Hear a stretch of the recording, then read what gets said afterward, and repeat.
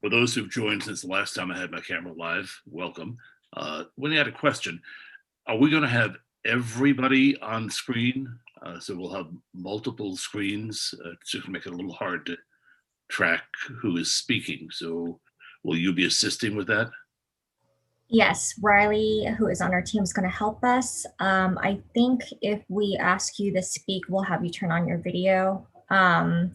It'll be helpful for the voting members to turn on your videos, and staff can turn off their videos so that the videos come up on top for you all. That helps. I think For we're those just who've waiting. never been to our meetings before, we're anticipating having probably twice as many people on this meeting because of Right. voting. So it'll complicate the Zoom process a bit. Yeah, we'll have to do roll calls for all of them. Yes, we will. But also, Winnie, we're anticipating people using the hand raise function. Sorry, what was that, Cecilia? We're anticipating the voting members and others to use the hand raise function on the participant side, right? Yes, if that's possible.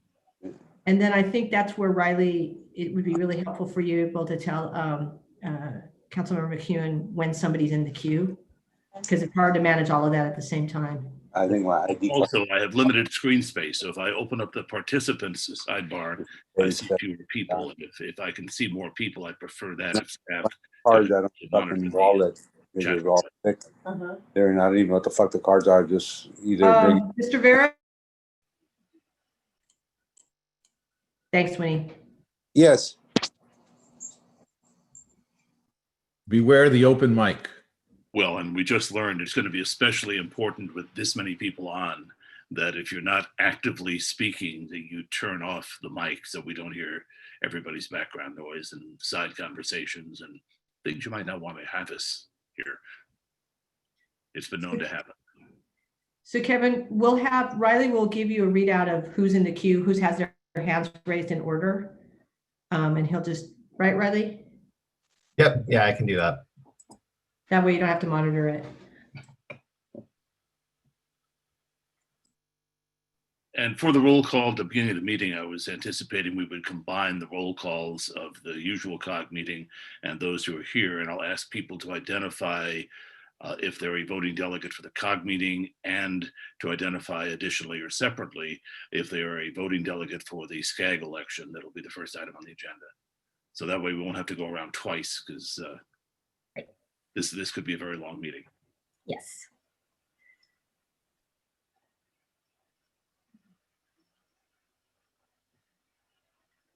I see surprisingly few people visibly connected at this point. I see 18.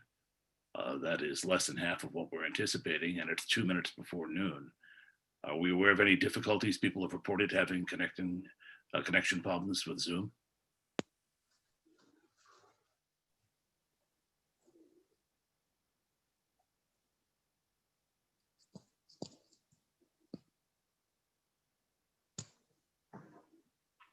I'll take silence to mean, well, we didn't think so. And I do see more people populating the screen. We're up to 21. I would like to try to start on time because I know a lot of us have other meetings later in the afternoon, and we can't go over by too much.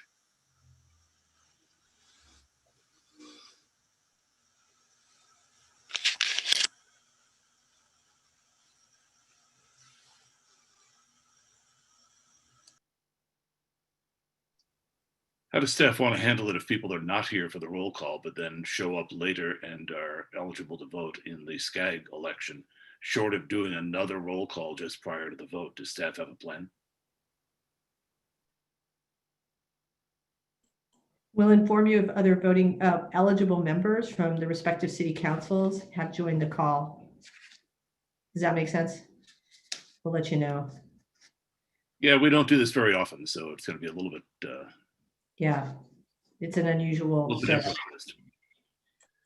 Yeah, so we're just going to ask for the non-voting members to turn off your video for now, unless you have a raise your hand to speak. And for those who are joining in by phone, please, if you can send us a message in some way to let us know if you need to be added into the webinar Zoom. When you say that, you mean voting members for For both. for both? Yeah, because we're doing roll call. And the first item on the agenda will be the SCAG election. So it'll be great to see the video as we do so. So Winnie, I see that we are already live on YouTube. Is that indication accurate? Yes, Does that mean we can now start the meeting because it is 12 noon? yes. Well, then good Or afternoon. do we have a quorum? I think we do. Can you tell me that?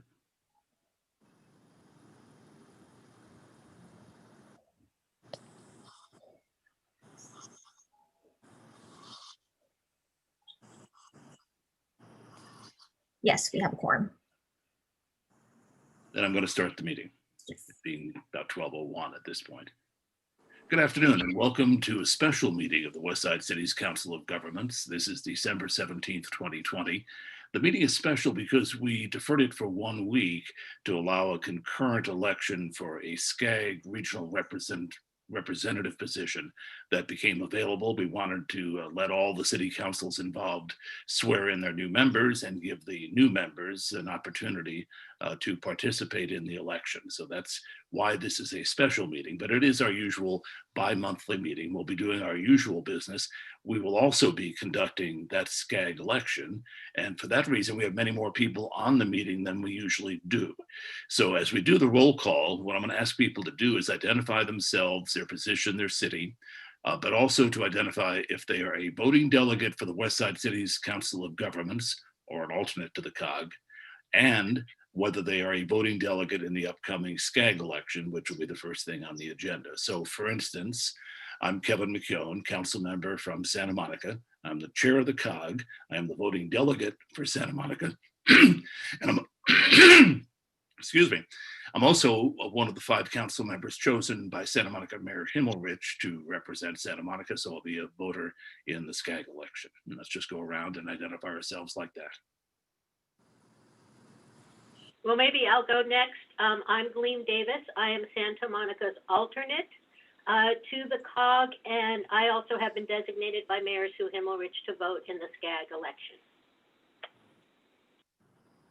And I can go next. I'm Kristen McCowan, Mayor Pro Tem in Santa Monica, and I have been designated by Mayor Sue Himmelrich to vote in the SCAG. There's Santa Monicans. Member De La Torre. Do we have Councilmember De La Torre? I'm Phil Brock, also designated by Mayor Himmelrich as a voting member for Santa Monica. I see that Councilmember De La Torre is attempting to connect, but has not yet. So we'll come back to him perhaps. So let's move on to our next city. Who wants to go next? How about Beverly Hills? I'm Lily Bossy, council member of Beverly Hills, and I'm a voting member for the SCAG. I'm Julian Gold, council member for the city of Beverly Hills, also just a voting member for the SCAG election. And I'm Bob Wunderlich, just joining, so I didn't hear the script at the beginning, and I apologize for that, but I believe I'm just voting for the SCAG election. Councilmember Wunderlich, are you also the voting representative for the COG? I usually am, but this week, because I have a conflict, I believe that Councilmember Mirisch is going to take over that role, and I'm going to exit just after this vote at the beginning. Thank you. I am Council Member Mayor Lester Friedman, City of Beverly Hills, and I will be voting only on the SCAG. John, you're muted. Yeah, I see John, but we can't hear you, John. John, we can't hear you. John, your mic does not appear to be muted, but we're not hearing you.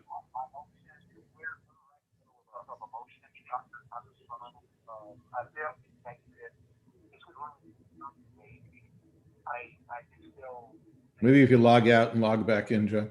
Yeah, John, we can't hear you. Okay, I think he's going to call in. great. Thank you, Councilmember Mirisch. Can we do Culver City next? Good afternoon, Alex Fish, Mayor of Culver City, and I'm the West Side COG voting member today. Councilmember Göran Eriksson, and I'm here for the SCAG vote. Councilmember Albert Vera, and I'm here for the SCAG vote as well.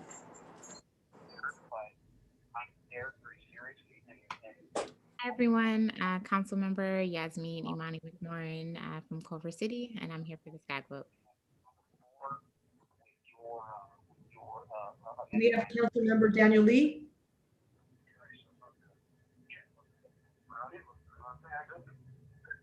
We're also hearing some background noise. If you can mute yourself, I'll try to identify who that person is. Thank you. So we don't have Councilmember Lee. Councilmember Mirish, are you able to communicate with us? Okay. He might have been Can calling. you go into John, can you go into George's office or somebody else's office to? Okay. Maybe you can hold up a piece of paper when it comes time to voting as to who you want to vote for. You can Zoom on your iPhone. Yeah, that might be the best way to go, is to try your iPhone. In the meantime, shall we go on to West Hollywood? Well, before we go there, let me just, if John can hear me, there are preferences on Zoom, and you may have a different microphone chosen than the one you think you have, because that's usually what causes this kind of a problem. You might just check the preferences on Zoom.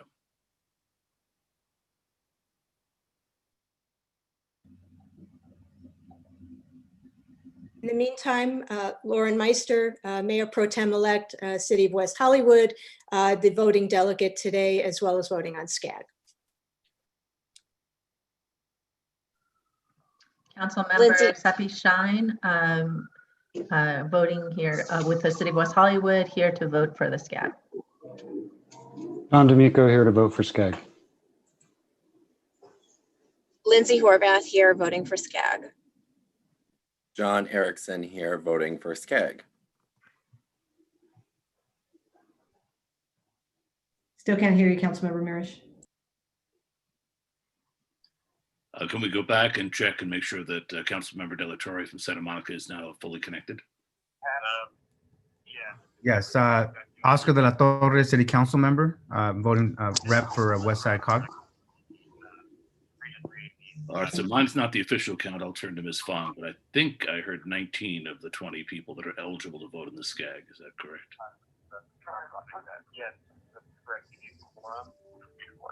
I'm not hearing any response to that. That's what I have. I'm only missing Councilmember Lee from Culver City. I want to make sure that he's not trying to. I think he's on. I think he just signed on. And we're hearing some background noise. Somebody has their mic unmuted who would do us all a favor by muting it. Yes. Councilmember Lee from Culver City, could you identify yourself, please? Can you hear me now? This is John. I've called in. We can.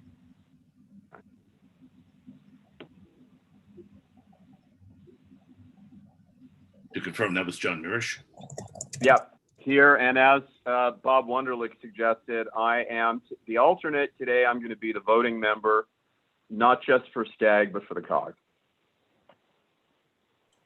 Councilmember Lee from Culver City, we can't hear you. If you could call in, that might work. We see that you're on the screen, or that your name's on the screen, but we can't hear you.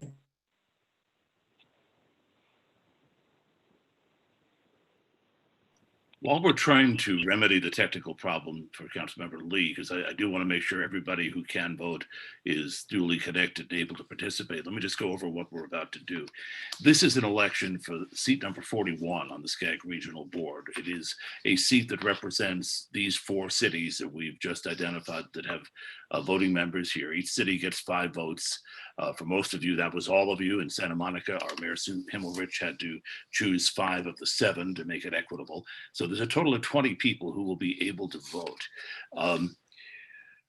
Nominations will not be taken from the floor. Under SCAG rules, the letter of interest had to be submitted by a date certain, and that was, part of why we held this meeting to the 17th, to give new council members a chance to be participants. So we know who the three candidates are going to be. In alphabetical order, they are John Erickson from West Hollywood, Alex Fish from Culver City, and Lauren Meister from West Hollywood. So we have two candidates from West Hollywood, one from Culver City. Those are the only three candidates that we can have today under SCAG rules. It takes a majority to appoint the representative. So if somebody gets a plurality on the first round, but not a majority, we'll have to go back and vote a second round until somebody gets 50% plus one, which in this case would be 11 votes of the 20 who are eligible to vote on this position. What I'm going to suggest is that since many of us have barely met before and may not know the candidates, that we afford each of the three candidates an opportunity to speak to us at this point. I'd ask that they limit their comments to 2 or at most 3 minutes and try to focus on what they would intend as the representatives of the West Side cities in this position with SCAG. So again, we'll go in alphabetical order. So that would mean we'll start with John Erickson. Kevin, first I have a question of a point of order. The question is, isn't it a majority of those who, not all 20, but those who are actually on the call, who showed up, 1, and 2, if there is a plurality, does it work that the top 2, we go then to the top 2, or how would that work? Well, first of all, that's why I was checking to make sure we had all 20. I believe we do now with the addition of Councilmember Lee have all 20. So that point is moot. As far as what we do if we don't have a majority on the first round, I'm pleased to announce that Sarah Patterson from SCAG is here, and she can inform us on what the SCAG rules may require if that should happen. SCAG has its own rules for these elections. It's not the COG's rules. So we have to know what they say. So let's start with the introductions of the candidates to the body. And again, we'll start with John Erickson. Good evening, good morning, good afternoon, whatever time of the day it is this time of the year. My name is John Erickson, not to be confused with my colleague Goran Erickson. I do put the C in my name, ensuring here elected to the West Hollywood City Council, was elected in November. I myself have been very involved with following SCAG on the policy side in my activist capacity, but was most recently elected. Really excited to make sure that we're bringing together a coalition of voices to make sure that housing, affordable housing, and all of those issues are addressed for our communities and our cities and our residents who are calling for it. And we see coming to our council meetings addressing these issues. These are important things to people of my generation. As the youngest member of the council and making sure that we bring in the next generation and bridging those divides, it is important to me to make sure that we all have a seat at the table and that we're all pushing for common policy purposes as we really address one of the greatest issues of our lifetime right now outside of COVID, and that is housing and the housing crisis. Looking forward to continuing to work with you in every capacity that I will as a council member and continuing to make sure that we work in coalition here as the West Side Cities COG. I myself worked at City Hall for 6 years. I served as deputy to council member Abby Land. Many of you know her, as well as then working there after she left. And really excited to be here with you all. And I'm not going to take any more time because I know you have a busy agenda. Well, thank you for that. Many of the titles in our cities have changed recently. I think I have this right. Mayor Alex Fish is next. Yes, thank you. I'm just getting used to it myself. It took me a year to get used to vice mayor. Thanks for attending. Thank you for being interested in regional governance. I think that regional governance is really essential, cooperation. That's because if we don't manage to sort out our big problems as a region and make bold steps to address some of these big issues like housing and like air pollution and transportation, which is really the primary mandate of an MPO, the state will take away our ability to do that. Local control is predicated on our responsible exercise of it. And regionalism is the way to exercise that local control to deal with these problems. As an MPO in clean air non-attainment, we need to look at what we've been doing and recognize that it's not working. We need to make our transportation investments so that we are actually dealing with this. We're so used to thousands, tens of thousands of excess deaths per year in our region from bad air, which comes directly from our transportation decisions, that we don't even think about it. And now we've got the threat of climate change with 40% of our emissions coming from transportation. We have to act regionally to make a difference globally. Federal government's not likely to make a big dent on it. The state has told us what we need to do through ARB, and we need to just do it. During my day job, I work for the California Attorney General's office. One of my client agencies is the California Air Resources Board. So I respect their scientists. They're the best in the world, and they're telling us what we need to do as a region. And I'm running so that we can do that. Thank you. Thank you. And I think I have the next title correct as well. Mayor Pro Tem-elect Lauren Meister. Yes, thank you everyone for being here. And some of you know me, some of you don't. I was elected to the West Hollywood City Council in 2015. From the time that I was elected, I started working with the West Side Cities COG as the delegate for 3 years, and then became the alternate delegate as I became the appointee for the West Side Cities COG to the SCAG CEHD committee. I have shown an interest in this position, District 41, since the time that Pam O'Connor said that she would be retiring, and I have tried to stay on track to learn as much as I can about SCAG. They're a little bit nerdy, I will tell you that. There's a lot of numbers involved. There's a lot of studies involved. And I guess I can tell you that I'm a little nerdy. I'm a market research professional. I have been in market research, it feels like my whole life. And so I'm used to looking at numbers and reading reports and doing analysis. And those are the kinds of things that I actually love to do. So I understand that we are 4 very different cities with 4 very different personalities, but we do have certain goals in common. And I think that I am best suited to represent all of our cities to the SCAG as a regional council member. So I hope that you'll give me the opportunity to do that. The last thing I will say is that Pam O'Connor from Santa Monica had this seat for many, many, many, many, many years. And then Megan had the seat when Pam retired. She was elected, and she had been on one of these subcommittees also. And she actually is the one who said to me, go on this subcommittee, learn what you can learn, and then you'll still be here when I term out. So here I am, and I'm still here. Thank you.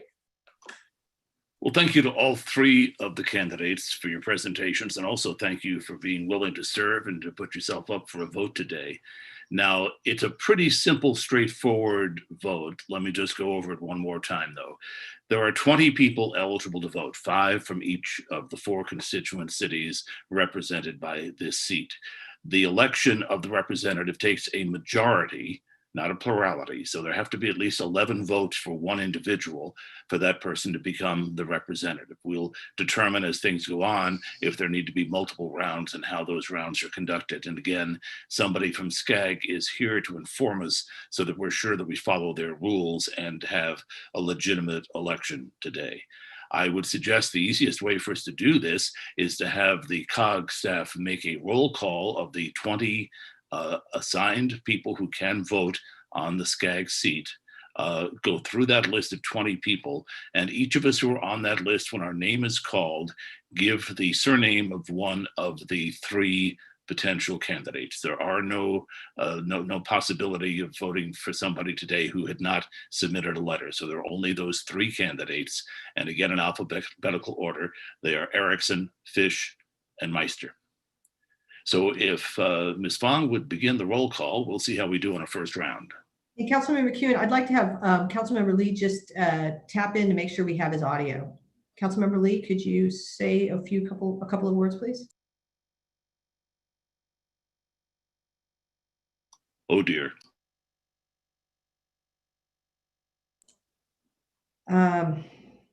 Councilmember Lee from Culver City, if you could call into the Zoom call.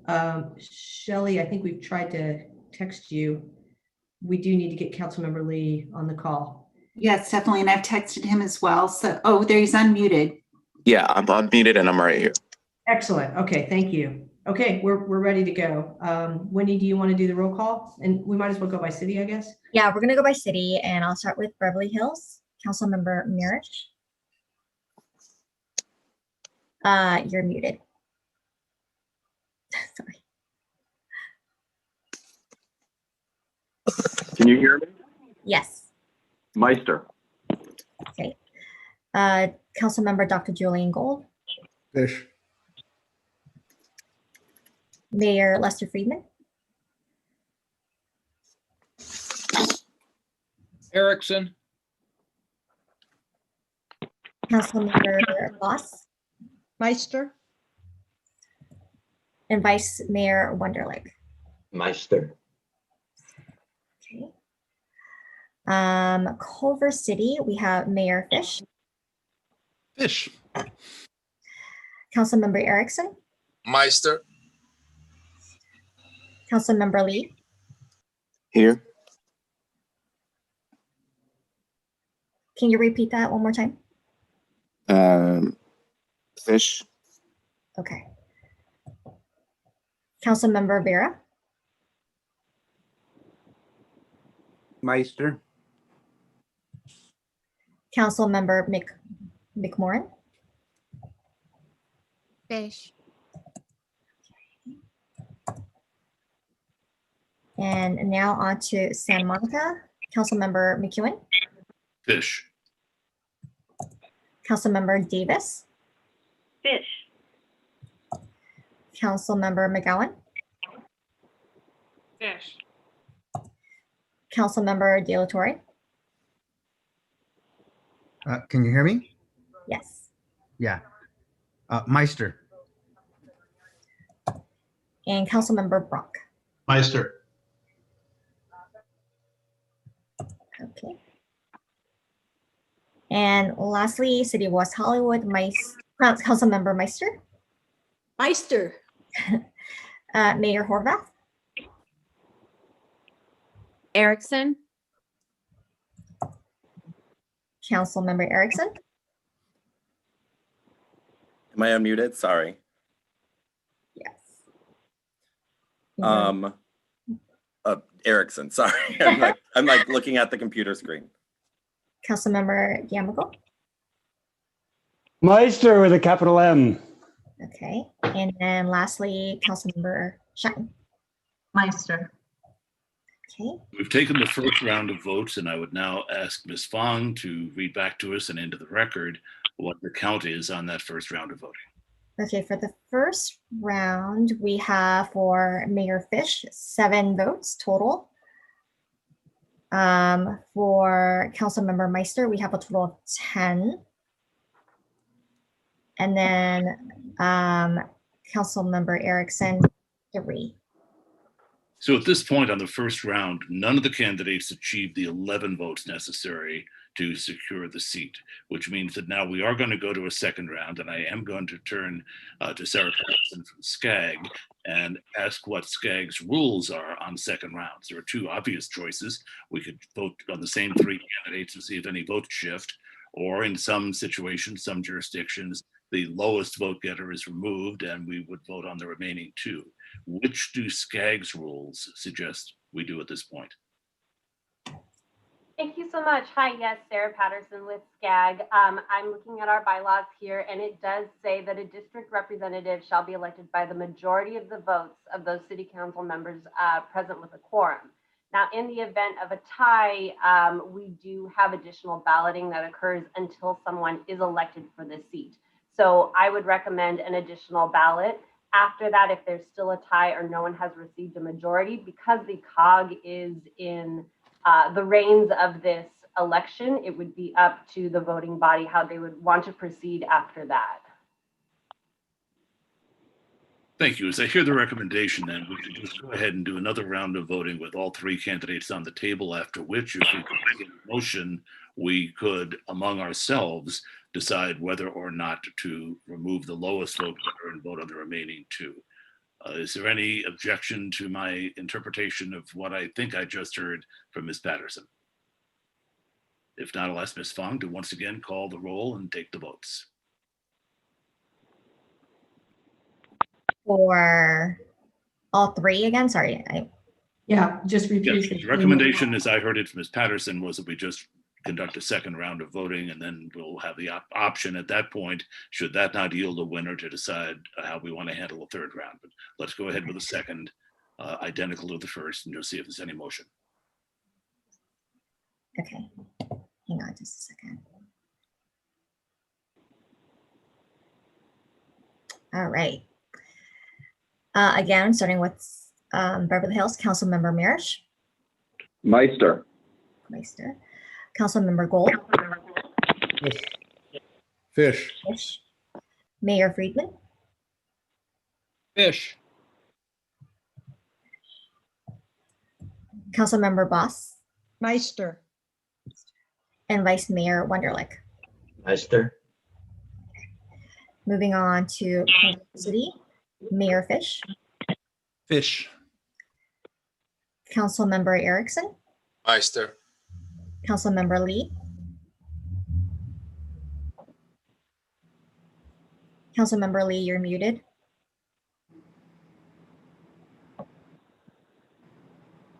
Actually, I don't see him on here anymore. Councilmember Lee, are you still on?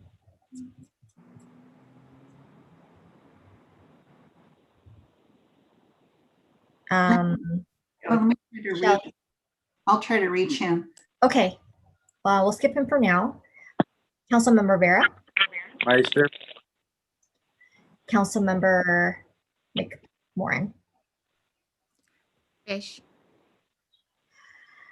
Moving on to Santa Monica, Councilmember McEwen. Fish. Councilmember Davis. Fish. Councilmember McGowan. Fish. Councilmember De La Torre. Meister. And Councilmember Brock. Meister. Moving on to City of West Hollywood, Councilmember Meister. Meister. Mayor Horvath. Fish.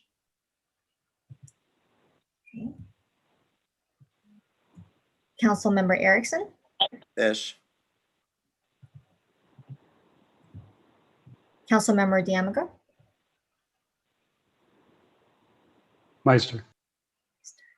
And Councilmember Shine. Meister. Okay, and let's see if Councilmember Lee is back. Can you cast your vote? Fish. Fish. Okay. Now done a second round of voting, and I would ask Ms. Fong to read to us the results of that second round. Mayor Fish received 10 votes. Councilmember Meister also received 10 votes, and Councilmember Erickson received 0 votes. So we have a tie now. So a tie is actually contemplated in the SCAG rules, and I'll turn back to Ms. Patterson to explain to us how SCAG prefers that we deal with a tie vote such that this would be a legitimate election in SCAG's eyes. Well, this is definitely a great exercise in us going through our bylaws and RC manual. So I do appreciate all of your patience at this moment. It is the same rules and structure for not getting a majority, which is for additional balloting to occur until a representative is elected. Now, with the 2 ballots already been completed and not getting a majority and 1 with a tie, at this point, it would be up to the members of the voting body here to decide how they would like to proceed. That would be directed then to Ms. Fong and to the COG board, as they are the ones doing the election. So at this point, my suggestion would be to decide amongst yourselves how you would like to do the next ballot.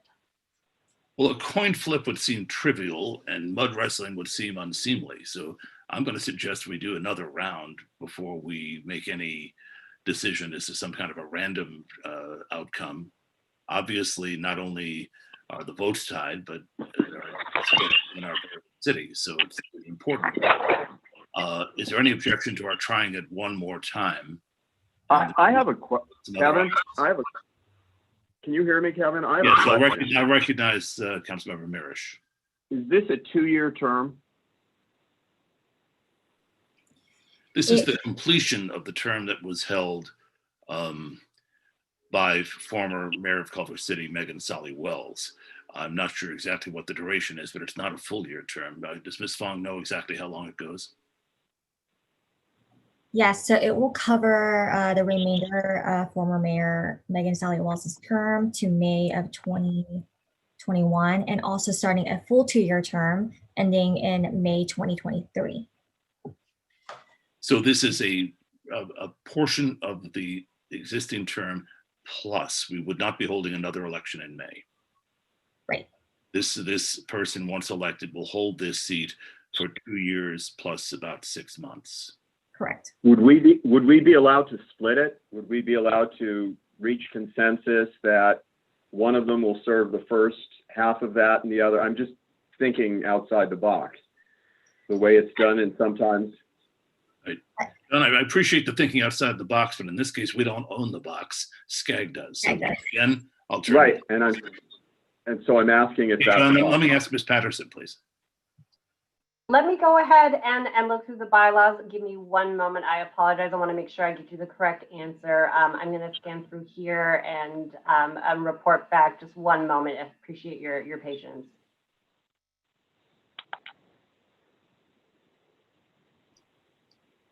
Well, in the meantime, I do have to acknowledge this is a rather wonderful exercise in multi-jurisdictional democracy.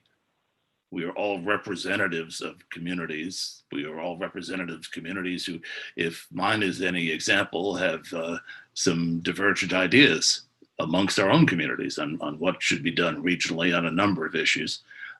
And the opportunity for us all to come together today and make this vote. I don't recall the last time we did this, it being certainly not as much of a split, a tie vote. So it's going to be very important how we resolve this. And I hope that Ms. Patterson can give us some advice that will comport with the SCAG bylaws, because whatever we do today, if it's not under the SCAG rules, it could be declared an invalid election. And that would be a horrible waste of our time. So let's just pause and make sure it gives us that advice.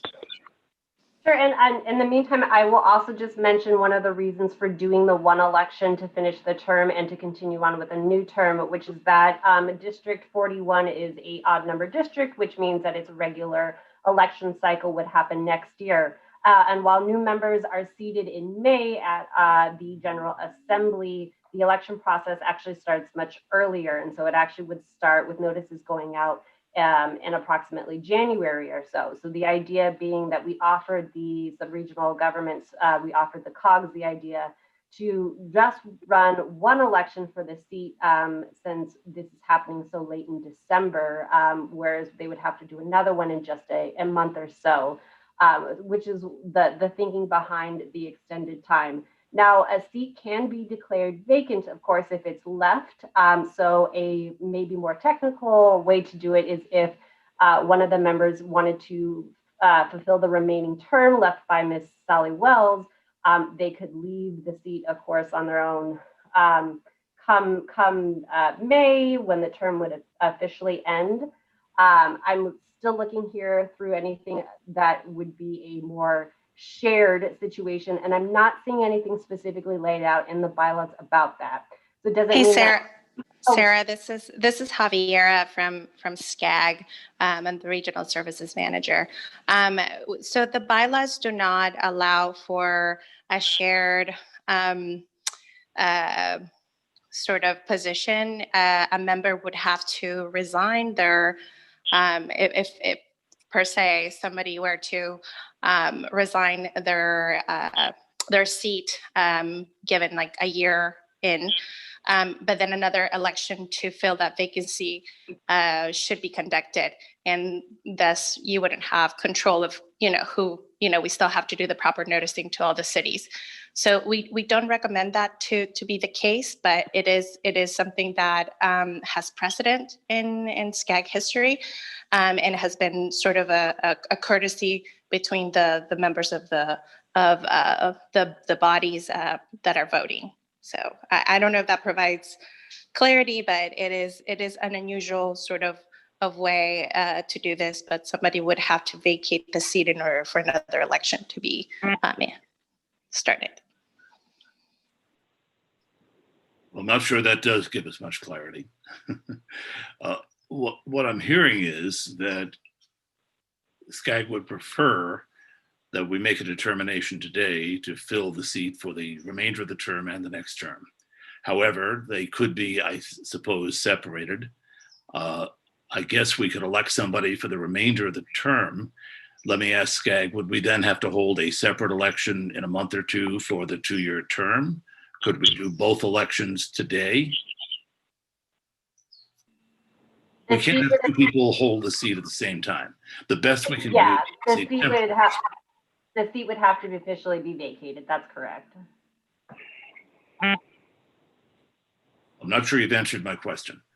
The seat would have to be vacated. So the seat is currently being vacated because somebody is termed out of their elected office. There is the remainder of that person's term to be filled, which goes through next May. And there is a 2-year term that begins in May at the annual meeting that could be elected on separately. If we were to take a vote on those two separately, and of course there's no guarantee we're not going to tie on both of those, that would be one outcome. And if we wanted to do that, could we conduct both elections today, or would we be forced to fill the remaining term today and then reconvene all 20 of these electors sometime early next year to elect somebody for the 2-year term? Can you split that out for me? Because the notice for the election was for the term set today, then that is what has been advertised and sent out to all the cities. So yes, the seat, if it was to be voted on today for the remainder of the term, there couldn't be an additional election because that hasn't been noticed. It hasn't been sent out to the cities. And per SCAG's bylaws, then the seat technically would not be vacant in the moment of the voting. So there's a couple of roadblocks there. So it would not be possible, although I understand your reasoning there. It would have to be a vote today, be it for the remainder of the term as plus the 2 years as advertised in the notice of election sent out to the cities, or the remainder of the term. And then again, amongst the body here, if that person decides to vacate, there would be held a separate election at that time once the seat is actually open. Let me take that to outcomes. As I understand our situation then, we have noticed today an election for both the remainder of the former representative's term and the 2-year term. That's what's noticed. That's what we're allowed to vote on today. So if we wish to split those apart, we would have to hold a whole new noticed meeting to do that, which wouldn't guarantee that we not be split then. So it looks as if we want to do anything today, we're stuck with voting for the entire partial plus full term. If we do not do that and do not achieve the election of somebody today, it sounds as if Region 41 will be a vacated seat without representation until we conduct such an election, which I don't think is a great outcome. Can our COG attorney confirm, or can Ms. Patterson confirm, without giving us more options, because it's getting more confusing, that we do have those limitations today?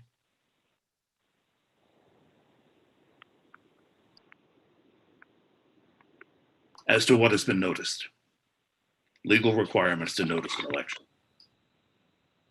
Yes, the legal requirements come from the SCAG policy. SCAG policy has a very specific 2-step noticing process with a call for candidates. And in fact, a second call for candidates was issued for this specific election to add on the combined term. So the appropriate scope of what is being voted on today, as the SCAG representative said, is the combined term. we shouldn't be allowed to have this much fun for free, you know? Okay, at this point, folks, what we're stuck with is we either come up with a majority to fill the seat today, or we end up with a vacant seat and no representation from us in some work that SCAG is doing. So the best I can suggest is let's do another round of voting and once again see if any votes have moved. And meanwhile, I would ask our staff and SCAG staff to figure out what an appropriate next move will be if we end up with yet another tie and the limitation that the only election we can hold is the one that we're currently polling on. So with that direction to staff, which I hope they can do while we're voting, would Ms. Fong once again take the roll. Okay, starting with the Council Member Mirish. Can you hear me? Yes. Okay. Meister. Council Member Dr. Gold. Fish. Council Member Friedman. Fish. Council Member Boss. Meister. Vice Mayor Wunderlich. Meister. Moving on to Culver City, Mayor Fish. Fish. Councilmember Erickson. Fish. Councilmember Lee.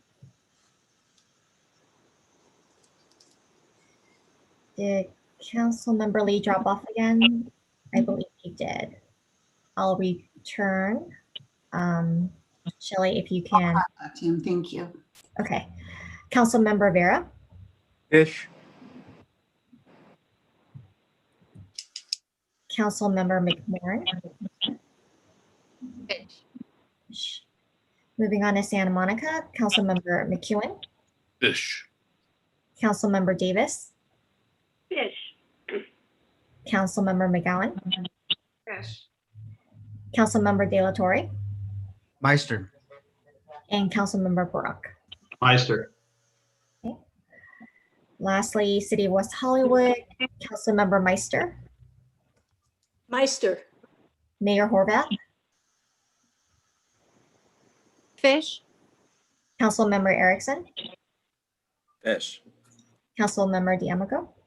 Meister. And Councilmember Shine. Meister. Okay. And Councilmember Lee, are you on?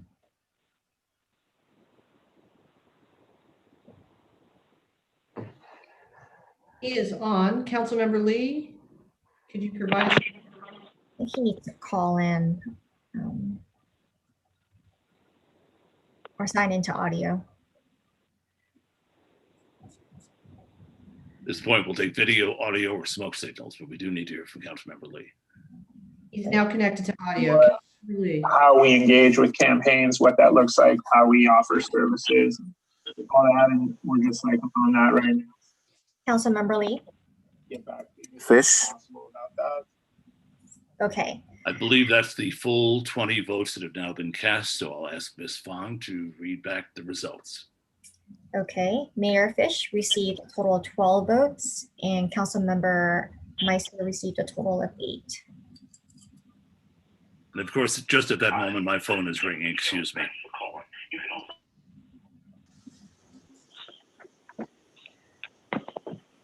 The challenges of conducting regional business from home, what can I tell you?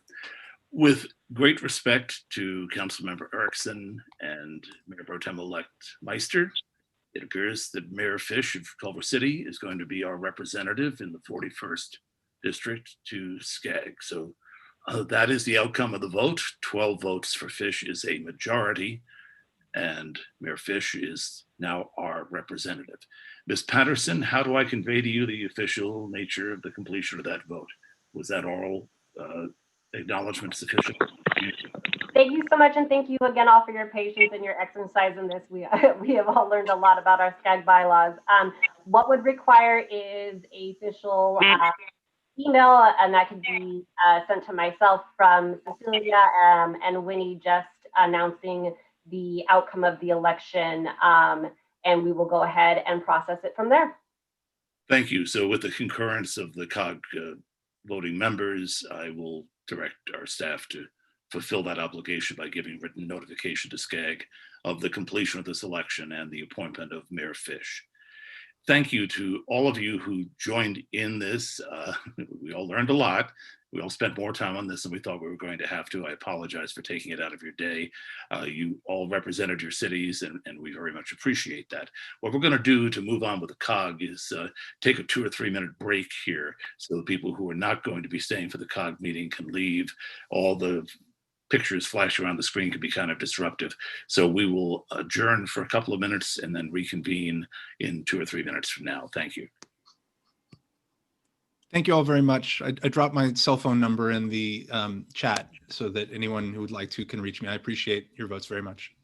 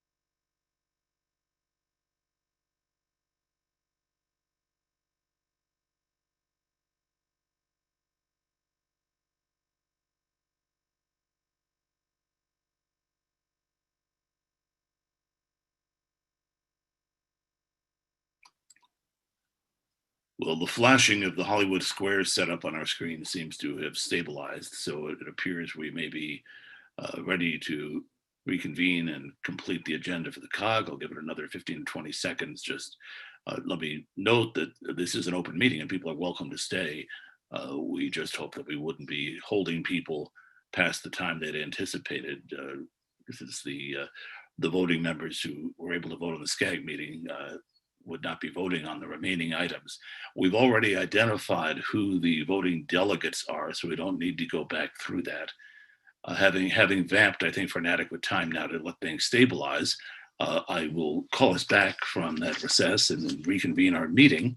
We are now ready to move on to the action items on our agenda, the first of which is the approval of the draft meeting notes from October 8th, 2020. They were in the packet, so I assume everybody's had a chance to look at them. Are there any requests for changes to those minutes? And if there are none, chair is open to a motion to approve them.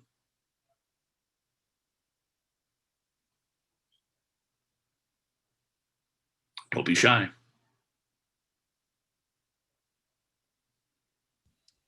Motion Fish. Second McKeown. Ms. Fong, because it's a teleconference, we have to take a full roll call on everything we do. So. All right, Councilmember Mirish. You're on mute. Councilmember Mirish, you're on mute. Yes. Okay.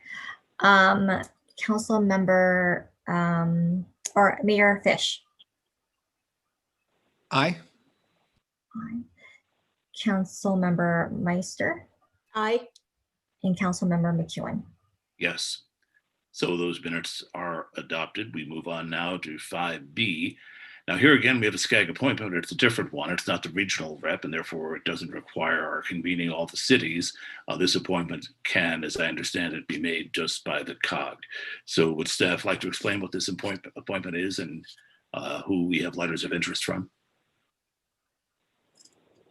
Yes, happy to do that. I also want to make a point that if there are members of the public who would like to speak at this meeting, in our agenda item on our website, there's information on how to speak and address the members of the COG in the public comment section. Have we received any such requests to speak at this point? We have not, correct, Winnie? No, and Riley is also, will let us know if there are any questions. Right, I would trust you to advise the chair so we can adequately provide the time for public comment, but it's very important. Okay, so going back to the SCAG Transportation Committee, Westside COG representative, we received one letter of interest from Mayor Lindsay Horvath from the city of West Hollywood. You'll find on page 21 of your agenda packet, Mayor Horvath's letter to this body. That is the only request that we received, or letter we received. With the regional rep appointment, SCAG rule said that there could be no nominations from the floor. Can you remind me what the practice has been on nominations from the floor on these other appointments? Are they technically allowable? I'm not suggesting someone make one. I just want to make sure this is the process on the regional rep was very specific about nominations from the floor, that it's clear to everybody in the interest of transparent democracy what the rules are here. Sarah might want to correct me, but I believe since this is not, these nominations don't require an election, we could possibly receive nominations on the floor, and I believe it's up to the COG. Is that correct, Sarah? For the committees? It is up to the COG as it is your direction to appoint. And once again, I was not suggesting that. I just want to make sure it was clear that sometimes on different things, even though they involve SCAG, the rules are different. In this case, they are. So what is before us then is the appointment to this committee. We have one letter of interest for us to make the appointment. You said there wouldn't be an election, but there does have to be a vote, correct?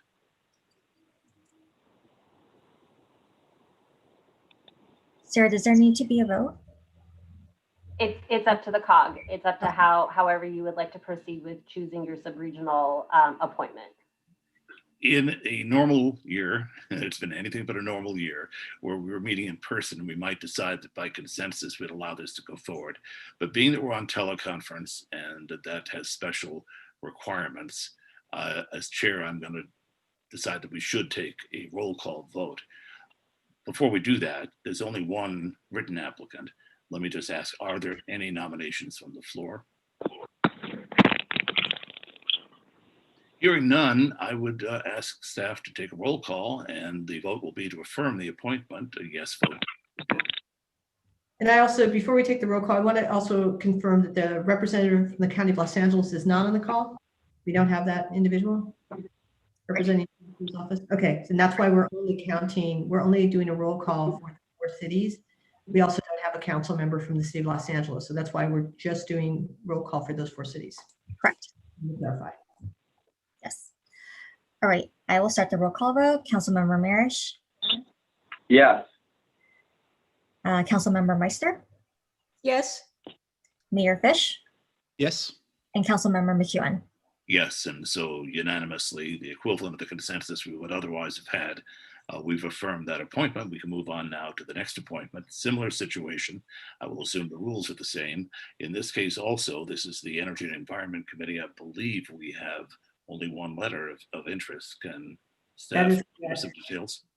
Yeah, we received a letter of interest from Councilmember Dr. Julian Gold from the city of Beverly Hills.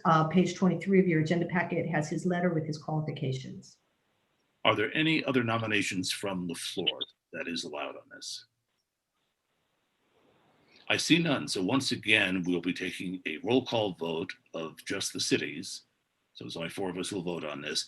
And a yes vote here would affirm that there's consensus to appoint Dr. Gold. Correct. Councilmember Marish. Yes. Councilmember Meister. Yes. Mayor Fish. Yes. And then Councilmember McEwen. Yes. And so Dr. Gold, congratulations. That completes our SCAG work for the night, I think, at least as far as, or for the day. I'm so used to meeting at night. Now we get into something different from elections. And let me ask us all, that took a long time.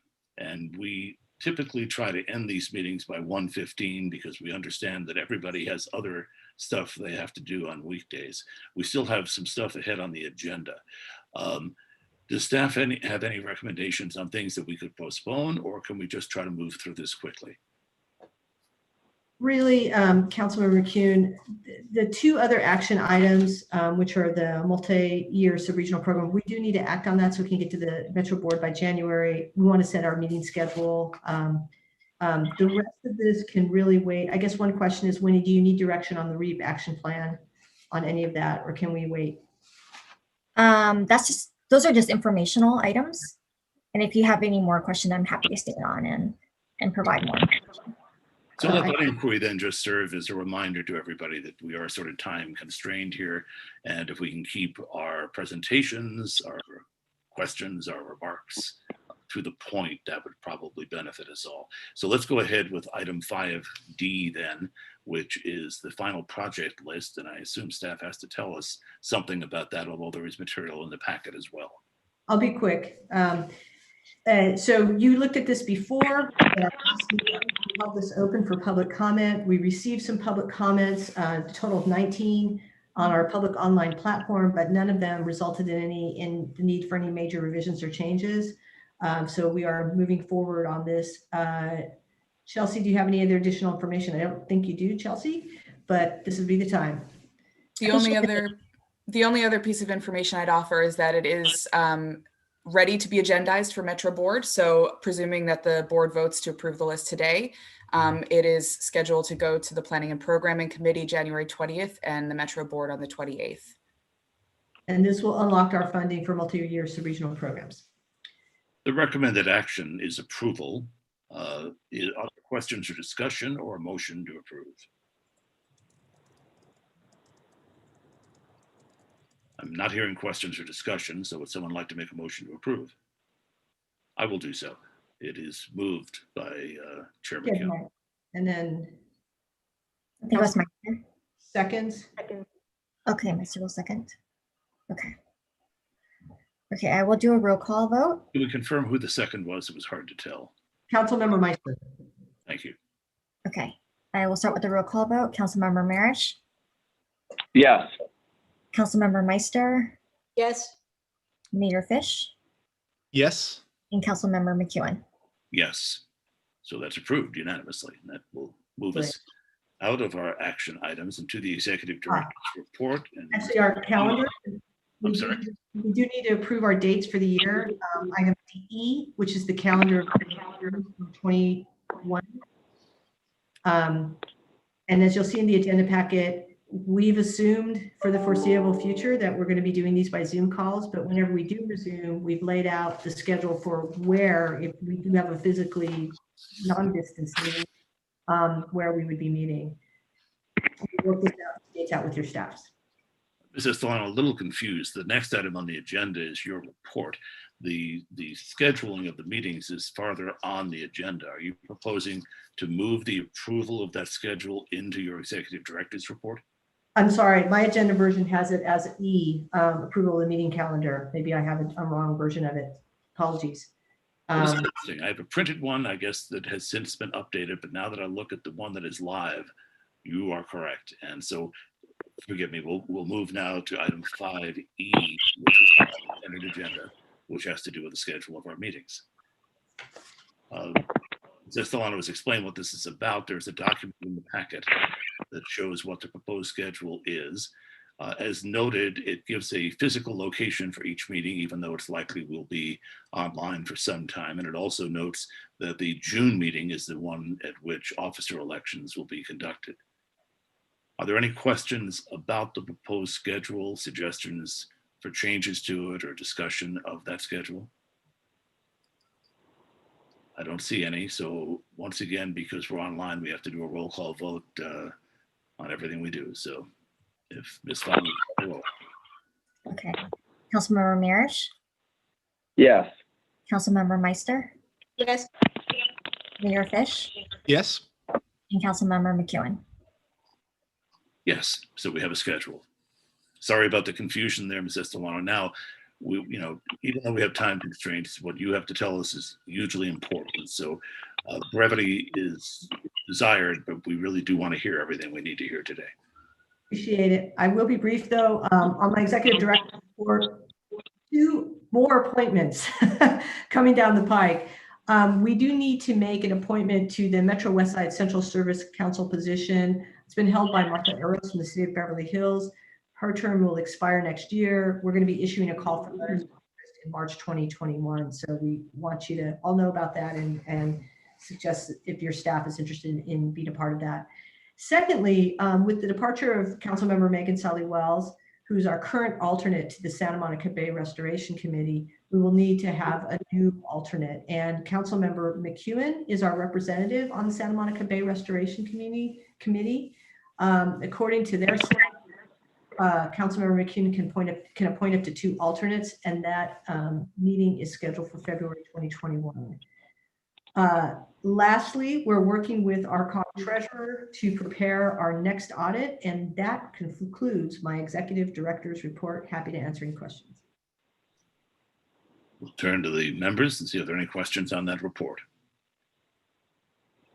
I don't see any, so thank you very much. We'll move on to item 7, a transportation update regarding Metro. This one's pretty important. Doesn't require any action, but there's been quite a lot of talk about the subregional equity program. Remember, this was additional funds that would be made available to subregions around about 2047. In earlier meetings, a few meetings back, we did note that we wanted to make sure that the subregions themselves, the COGs, would be the ones who determine how that money would be spent rather than Metro staff. So what you have in your agenda packet is a white paper released by Metro that lays out the process by which those subregional equity funds can be programmed. It does require that if Metro staff wants to access, for example, our COGS funding, it would require approval of the COG to move forward in addition to the Metro board. So that's very important. We hope you take a look at that. I'll stop there and see if there's any questions. I know there is some interest in perhaps accelerating the expenditure of those programs. You'll see in your staff report, there's a cross-references a Metro guideline about how to accelerate those projects, how to accelerate the expenditures. But really the issue here is how would that money be spent and who would allocate it in the first place. And we wanted to make sure the COG had the controlling action there. So happy to answer any question about the subregional equity program. I am looking for questions, and I trust that staff is also monitoring the little blue hand column that we can't see currently. I don't see any questions from staff. Okay. On that being an update, there is no action required on that. So I'll ask somebody to silence their mic. We're hearing some background noise. And we'll move on to item 8. We have 2 housing updates.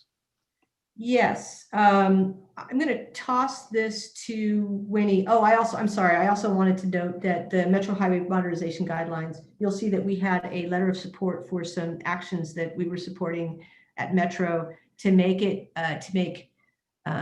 transit and complete streets projects eligible to be for highway funds.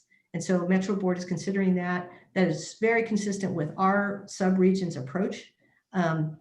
So we submitted a letter of support. And in fact, Riley O'Brien from our team is helping to draft a letter from the entire Policy Advisory Committee endorsing that approach to the use of highway funds as an option. It's not mandatory, but it's an option. So I'm sorry, I just wanted to underscore that since I know this is an important issue for our subregion. Cecilia, I think we do have a public comment. Riley, do you want to help facilitate that? I see a hand raised by Kevin Burton from the public. We'd certainly welcome that public comment. So if Mr. Burton would like to speak, remind me what our time limit is on public comment. Is it 2 minutes? Yeah, if we can keep it brief. I'm going to allow Kevin to speak. Mr. Burton, welcome. Good afternoon. Thank you for allowing my comment. I'm with the West Hollywood and LA County Bicycle Coalition, and I just wanted to thank the COG for your support of the Metro Draft Highway Modernization Guidelines.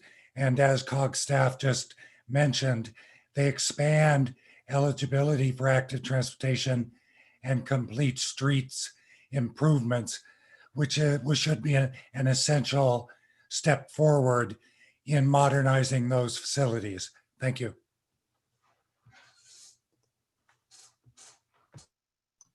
I believe that will close the public comment on this item unless staff has somebody else in their queue. There is nobody else in queue, and no comments received over email or the Zoom Q&A feature either. Thanks, Riley. So does that complete that update? And we move on? Yeah, that concludes the transportation updates. Mayor McCune, I also want to note before we move on to housing updates that I know there had been, so we have former council member John Heilman on the line. I know there had been some interest in recognizing his contributions as well as those of Megan Sally Wells. And I wanted to just give you an opportunity if you wanted to state a few words. So I was certainly planning to do that. I was going to wait a little bit later in the meeting. Okay. We'll have the housing updates, but Okay. maybe we should just do them now since you brought it up. And by the way, I'm no longer mayor. I'm now council member McKeown, but I am still chair of the COG. And in that role, I'll take the lead here in expressing my tremendous thanks to both John Heilman and Megan Sally Wells for the important roles they've played in this COG. John, you were here at the beginning, as was I, and you helped shape this and to make this a body that operates by consensus, even though we are divided on individual issues. For over a decade now, we've hung together, and I think that's a very important thing that this COG has been able to accomplish, and you've been a big part of this. And Megan, you know, your heart and your interest and your energy have just been unparalleled, and you've been of assistance to this COG and to the region in so many ways. I deeply regret that Culver City has the term limits it does, and you couldn't continue to serve in that capacity. I trust that there are opportunities opening up for you, and that we're going to see you, work with you, and enjoy you in many ways yet to come. But to both of you, thank you for your contributions to this COG. And I'll open the floor now for other members or others who'd like to add any comments to that. I can't see the blue hand, so staff, you'll have to let me know who wants to speak. There are no blue hands raised at this point. Well, then I'll guess I said it, if not all, at least most of it, and spoke for the entire membership of this COG in expressing my gratitude, my sadness to see you go, and my hope that all of us will continue to work together in the interests of this region that we so clearly love. Thank you. Thank you. Thank you. It's been an honor to serve and an honor to work with you. Thank you. Thank you all. So, having taken a deep breath and a bit of a sigh, and maybe even wiping away a tear here or there, let's move on to housing. All right, on housing, I'm going to send this to Winnie, who's been working with the Housing Working Group on a number of items. Winnie, take it away on REAP. I'm going to be very brief on REAP. I just wanted to inform everyone that we did submit our final application to SCAG to approve, which includes 4 projects directly related to housing production. And those deliverables would provide cities data and policy recommendations for their housing elements. And all the information is in there if anyone has any questions related to that. And I'll be working very closely with the Housing Working Group. We're meeting monthly, and as soon as SCAG gets us to go and provide the funding, then we will begin the proposal process to seek a consultant. Hearing no questions. I don't see any questions or comments being made, so thank you for that report. Okay. The And second then- part of the housing may have a little more input. It certainly will for me, so let's move to that. Okay, so as you all know, the Westside City's COG staff continues to explore policies to maintain affordability in our subregion. And I just want to introduce a policy known as Tenant or Community Opportunity to Purchase Act, widely known as TOPA or COPA.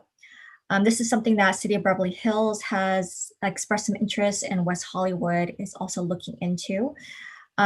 Basically what it is a right to purchase policy that would allow tenants the opportunity to purchase the home that they're currently renting or occupying. In the report, you'll see some of the benefits of this policy that may include anti-displacement, preserving permanent affordability, and creating pathways to home ownership. San Francisco, it was started in DC in the 80s. San Francisco just recently, last year, adopted COPA, and other cities, including the Bay Area and New York, Minnesota, Massachusetts, are also looking into this. So with discussion, I just wanted to see if this is something that the board would like us at the housing group to continue to explore this opportunity. There is a coalition out there with community land trust to explore this a little further, and would be happy to provide briefings to the county, the cities as well. As I said, I have some input I'd like to share on this, but as chair, let me first defer to other members. I see Councilmember Marish has a comment. Oh, you're on mute, Councilmember Marish. Sorry, I guess it goes automatically to mute after a few minutes. I'd love to hear Councilmember McCune's comments first. I'm in general supportive of this policy, but would love to hear, especially coming from Santa Monica, which has strong protections for renters, to hear the Santa Monica perspective first. The reason I wanted to comment is we actually have some experience with this. Obviously, in a rent control jurisdiction like ours, there's always been interest in whether people can successfully transfer from being renters to being homeowners. So in the 1980s, we did a limited time process called TORCA. Tenant ownership was the first two. I forget what the last three letters were. And for several years, we allowed people to become owners of their units through a process that included consensus among the tenants of the building, involvement with the landlord, the option to buy or to remain as a renter. And there were a number of buildings that TORCA, as it was called, including the one that's right across from me as I sit here at my dining room table. And what we found statistically was that most of the renters ended up being forced out of the community by having their buildings be torqued. That the percentage of original renters who remained years later in the buildings where they'd hoped to spend the rest of their lives was in the single-digit percentage. What happened was either people chose not to participate and then found themselves with hostile neighbors in the building who saw them as freeloaders because they were still renters, or they became homeowners and then found that other members of the homeowner association for the building wanted to make building improvements that they could not afford, but by majority vote could be forced to be liable for. So there are some downsides to this that I would simply urge us to examine. And I would ask our staff to consult with the City of Santa Monica housing staff, because we have the history, the facts, the percentages, and where all the pitfalls are. Is it possible to avoid them?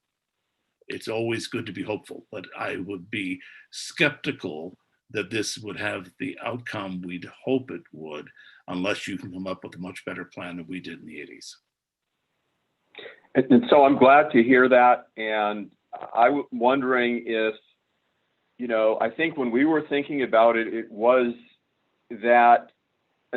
perhaps assuming that renters were going to be Ellised out.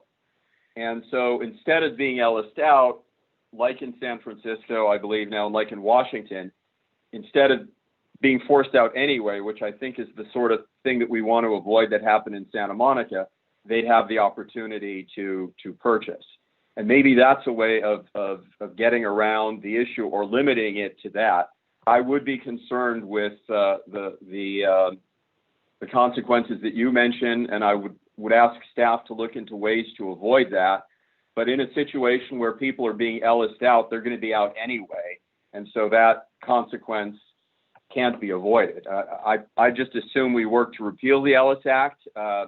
Maybe that's something we can discuss at some point. But, taking those experiences on board, perhaps we can learn from it and look at the way it is working in Washington, D.C. and in San Francisco as well. If I can jump back in, I mean, for instance, one thing that could be done would be a right of first purchase to some kind of land trust or government agency. Part of the problem with converting rental buildings to TORCA buildings was that then a lot of the power went to the homeowners association, which was a small and non-accountable body that could make decisions that adversely affected the ability of renters to remain in the building. And I think if we can figure out some way to transfer that power to a more responsible body, of course, what all of this is going to require is money. And I think that was what it required for the renters. Even with the ability to buy the building, renters still had to come up with a considerable amount of financing to do it. And in the long term, it may make sense, but for many renters, the idea of a down payment is the killer. And right now in the situation we find ourselves in, people are certainly short on cash. And I'm deeply concerned about what happens with the eviction cliff as we move forward. The next time I'm worried about for our city is February, which is not that far away. But in the long term, we're going to see some wrenching problems with our housing situation. And I hope we can think through a way to get ahead of those. But again, I only offer the cautions to make clear that everything that sounds like a good idea doesn't always work out that way. Kevin, you mentioned before the notion of a trust, and I think we've discussed at this board in the past, the notion of setting up a West Side, which could go beyond the COG, land trust, and maybe it could be a land and housing trust as well. This goes back to why that might be a very good idea and very necessary, and maybe we can ask staff to look into this with the thought of having a JPA, land trust, community land trust and housing trust that could be a part of this. I'm glad you both mentioned that, because as part of our REAP application, we are looking into these policies. And in the interest of time, we did lose Cecilia to another meeting. And I believe Mayor Fish had a comment. We are at 1:15. I just wanted to keep that in mind. I'll be quick, even though everyone who says that then goes long. I just, I agree with council members McEwen and Mirish here, which is always nice. I've been interested in this for a long time, and in Culver City, we just haven't had the capacity to explore it. So I'm excited that the COG is looking at it. I think that DC recently added the affordable housers and community land trust as being able to participate. And that really does seem like a promising way forward. And the only other thing that I can add is, maybe I can follow up with Winnie, is I know that there are people working on a regional, on exactly this right now, forming a community land trust to operate at the regional level from the activist side. And I'm happy to connect Winnie with those people if it would be helpful. Yes, we also have Sandra McNeil on, or if you have any public comments, feel free to chime in. Sure. Hi, Sandra McNeil. I've been working around community land trusts for the past 15 years in conjunction with a variety of anti-displacement initiatives. And there has been a real growth and interest in the strategy of utilizing opportunity to purchase policies in conjunction with mechanisms to stabilize the land in perpetuity, so that you don't see that it really can become an anti-displacement initiative and a mechanism by which tenants are supported, particularly lower income tenants are supported in their ownership of the buildings, and that the public subsidy that goes into the process becomes a permanent contribution, that it creates affordability permanently while the tenants are still given the opportunity to build some amount of equity and to have an ownership position in relation to the property. So it's an ideal combination. We've recently, the LA Community Land Trust Coalition has a template policy, has been in some discussion, preliminary discussion with the county. In fact, we're presenting some county departments next week with the template policy to just start that conversation. Would be happy to share that with you as well. Another piece is that the county has funded a $14 million demonstration program for acquisition rehab of unsubsidized housing in the market to support community land trusts to acquire those properties. And having that sort of demonstration of a viable acquisition rehab program is critical as a partner to the policy, so that you know that you can buy the buildings and then set it up, ideally for tenant ownership, if not for long-term rental that is in the community interest. So we're happy to continue this conversation and very excited that you're taking up this discussion, as are many jurisdictions across the state. Thanks so much. And if I may just briefly say, that's COPA, community opportunity to buy, not necessarily TOPA tenants, but as Sandra correctly says, it can be both. And, you know, I really appreciate hearing from Kevin the pitfalls of what happened in Santa Monica.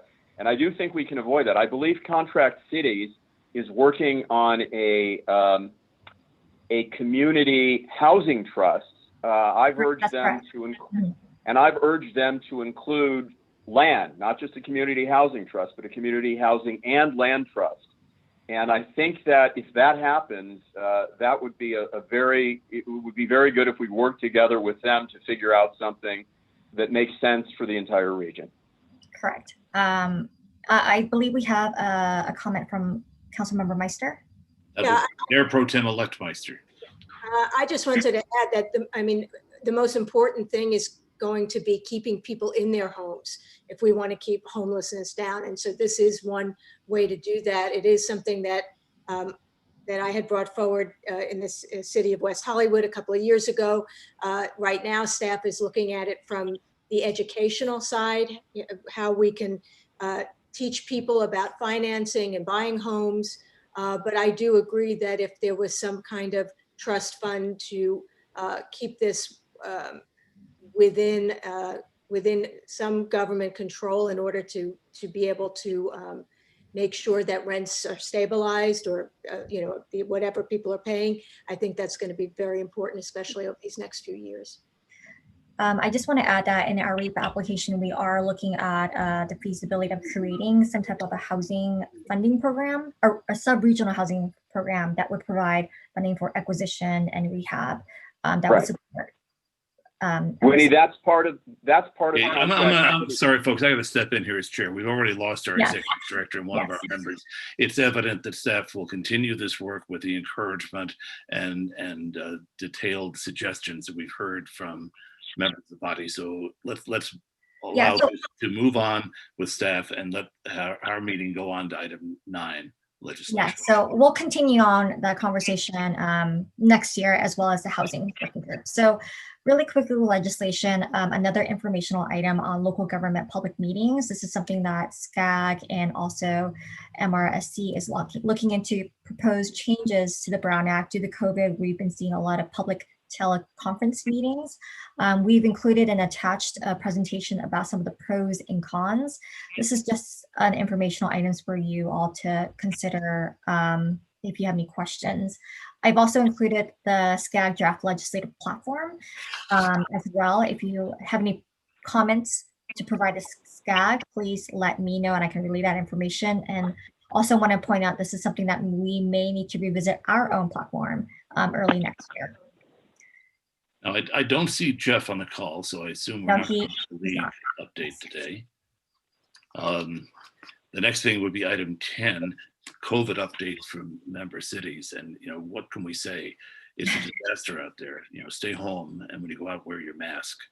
I think we're all struggling with it. I don't know that we need to spend a whole lot of time reiterating the frustrations we feel about people who won't go by the rules, and the frustrations we feel on the impact of the economy that we're feeling because people won't follow the rules. The state and the county have had to shut down more than we wish they had to. Meanwhile, the federal government has, as far as I've been able to determine, not been coming forth with the kind of relief that cities need. It's not going to be part of the next bill. We're not able to tell people to go home, and we'll make sure that they get paid and that businesses are somehow compensated, able to pay their rent. It's not that it's not a disaster. I just don't think there's much more that we can say sharing among ourselves. Because we are running so late, I will, if anybody feels they need to make some announcement or has something to share on this item, we should do that. But otherwise, I'd urge us to move forward.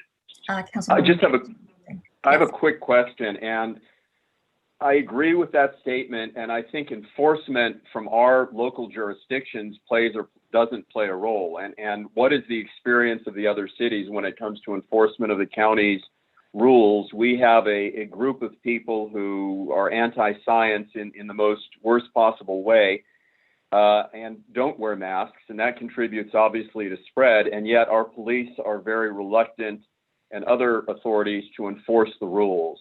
What is your all experience, and do you have any suggestion?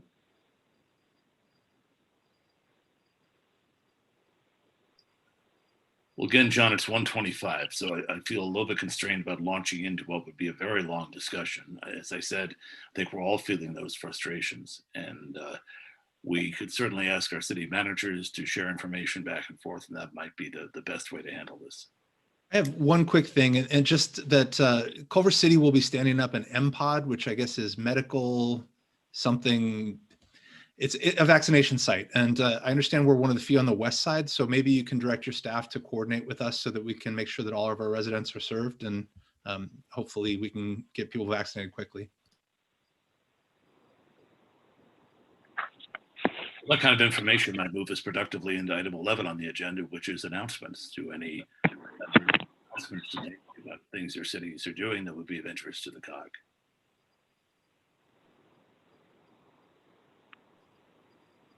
We seem to have wound down, folks, which is not surprising. That was quite a long election we had to have for SCAG. Item 12 is future meetings, locations, and agenda items. We've already adopted the schedule for our future meetings. Let me now ask the COG members, are there any agenda items you'd like to request for those future meetings that we don't already anticipate having? And maybe Ms. Fong, you could give us some idea of what's coming up on the next few agendas for the COG, so we know what's already on the schedule. We'll provide an update on our MSP project list and next steps, continue to update on the housing work that we've been doing, as well as homelessness. And our next meeting will be Thursday, February 11th at noon. Councilmember Mirisch has. And I had one item. I don't know if we're discussing it in housing, but it's something that I was hoping that we will agendize here too. You probably have read reports about some of the issues of real estate appraisers who appraise the properties of people of color at lower rates than other people. And my feeling is that we should take action to make recommendations to make this practice illegal and to stop this practice. I don't know in as far as it's happening in our West Side COG, but I certainly have been reading about it, and I want to make sure that it doesn't happen here, and we can perhaps, as said, create a set of policies to make sure for other regions to copy it doesn't happen anywhere. Because this is we're looking at that also in the REAP application projects. So those are all covered. Yes. And I saw Mayor Pro Tem-elect Meister had her hand up at one point. Yeah, a couple of things. One is I would like for us to look at economic development as part of our, add to our topics of discussion during this, trying to figure our way out of COVID. Also, I wondered if we had anything in our bylaws about direction of our regional council representative being able to make sure that there is representation of all of our cities, where we have consensus and where we don't have consensus, that we have to make that very clear, because whoever the person is, and it will be Mayor Fish for the next 2 years, we all want to make sure that our cities are being represented. Let me add one thing. Since our next meeting is in February, and as I previously said, it looks as if the much unanticipated and dreaded eviction cliff is likely to hit in February. If indeed we are seeing that happening, we might agendize for February some update on the situation with evictions and housing, such that our member cities can share information and perhaps come together with some kind of relief plan. Many of us have lots of renters who are at the ends of their ropes, and the devastation to our communities could be really significant. So if indeed the federal government comes through sometime between January 20th and our February 4th, you don't have to worry about it. I'd be happy to not have that on the agenda. But if we are facing an eviction crisis, I think we should at least have that on the agenda to have the ability to talk about it. Anybody else? At this point, then, I want to make sure that we check once again to see if there are any public comments. And, you know, it's difficult with these meetings. We do have a phone number for people to call in. People can make electronic comments to the COG. Before we go further, let me just check that we've heard from everybody who wished to be heard today. I don't see anything. Riley, can you confirm? Yes, I will confirm we haven't received any additional or any emails or questions in the Zoom feature, and no one's hands are raised. So there are no more public comments. Well, folks, we're heading into the beginning of winter, and I fear it may be a grim winter. And yet I want to wish you happy holidays. We will get through this. You know, we will get through this together. We will not get through this unscathed. We also will be, I hope, unbowed. Let's all just get out there and do our best and try to keep our communities whole through a difficult time. Our next meeting, as Winnie mentioned, is scheduled for February 11th. It won't be in Beverly Hills, although that's what listed. So we'll be seeing you here online. I apologize we went over. That SCAG election turned out to be a little more complicated than we had anticipated, but I think this has been a pretty successful meeting. And I hope next time we have more time to talk, because I know this is our only opportunity every couple of months to share thoughts with each other. I always hate to shut conversations down, but I also know people have other obligations. So again, thank you, happy holidays, and we're adjourned. Yeah.